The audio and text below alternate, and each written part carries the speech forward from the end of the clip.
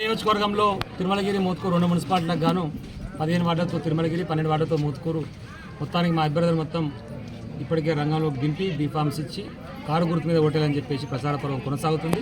ఈరోజు మోత్కూరులో కూడా అద్భుతంగా 9వ వార్డు కానివ్వండి, 2వ వార్డు కానివ్వండి, 7వ వార్డు కానీ 10 కానీ ఇప్పుడు 5వ వార్డు బుజ్లాపురంలో ప్రచారం నిర్వహించుకొని మా అభ్యర్థులను గెలిపించాలని చెప్పి అదే క్రమంలో కేసీఆర్ గారి నాయకత్వము బీఆర్ఎస్ పార్టీనే ఈ తెలంగాణకు శ్రీరామ రక్ష, తెలంగాణ సోయి, తెలంగాణ ఆత్మతోని, తెలంగాణ ప్రేమతోని పనిచేసేటువంటి నాయకుడు కేసీఆర్, తెలంగాణ ప్రేమతోని ఆత్మతోని పనిచేసేటువంటి పార్టీ బీఆర్ఎస్ పార్టీ.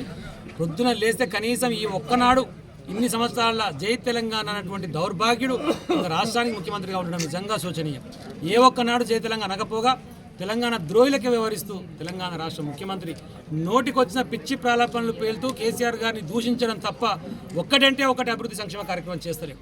స్థానిక నాయకత్వం కూడా ఎంతసేపు దోసుకునే దాని మీద దృష్టి, పైన నాయకత్వం దోసుకునే దాని మీద దృష్టి, స్థానికంగా ఒక సంక్షేమం లేదు, ఒక అభివృద్ధి లేదు. మోత్కూరు మున్సిపాలిటీలో కూడా మేము ఎమ్మెల్యేగా పనిచేసినప్పుడు కేసీఆర్ గారు, కేటీఆర్ గారి నాయకత్వంలో తీసుకొచ్చినటువంటి అభివృద్ధి సంక్షేమ కార్యక్రమాలు తప్ప ఏ ఒక్కటి అంటే ఒకటి కూడా నూతనంగా లేదు. అది రోడ్ల విషయమైనా, మినీ ట్యాంక్ బండ్ విషయమైనా, అదేవిధంగా బికేర్ మీద నిర్మించినటువంటి ఏ కారణం తీసుకున్నా కూడా కేవలం మనతోని మాత్రమే సాధ్యమైంది తప్ప వీళ్ళు ఏ ఒక్కటి కూడా చేయరు. మున్సిపల్ బిల్డింగ్ నిర్మాణం చేసుకున్నాం, దోపిఘాట్ నిర్మాణం చేసుకున్నాం, నాన్ వెజ్ మార్కెట్ కొత్తది నిర్మాణం చేసుకున్నాం, రోడ్లు నిర్మాణం చేసుకున్నాం, చెక్ డ్యాములు నిర్మాణం చేసుకున్నాం.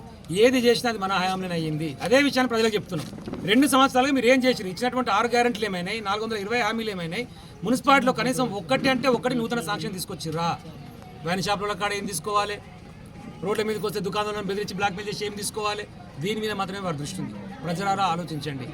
బయటికి సెక్యూరిటీ లేకుండా వస్తే జనాలు ఆయన ఉరికించి కొట్టే పరిస్థితి ఉంది రేవంత్ రెడ్డిని. కానీ ప్రజాస్వామ్యంలో అది సాధ్యం కాదు. కాబట్టి ప్రజలను విజ్ఞప్తి చేస్తున్నాం. ఆయనకి బుద్ధి చెప్పాలంటే, ఆయన తనినమనేటువంటి ఒక ఫీలింగ్ రావాలంటే కారు గుర్తు మీద ఓటేసి ఇక్కడ ఉన్నటువంటి మా అభ్యర్థులను గెలిపించండి. మోత్కూరు మున్సిపాలిటీ మీద జెండాను ఎగరవేయండి. బీఆర్ఎస్ పార్టీది కేసీఆర్ నాయకత్వాన్ని బలపరచండి. అప్పుడు ఆ రేవంత్ రెడ్డి చెంప మీద చెల్లు అనిపిస్తే ఆ షేగురు తాను చెంప మీద కనపడతాడు ఉంటుంది. దయచేసి ఆలోచించండి అని చెప్పి అందరికీ విజ్ఞప్తి చేస్తా ఉన్నాను. జై తెలంగాణ, జై కేసీఆర్.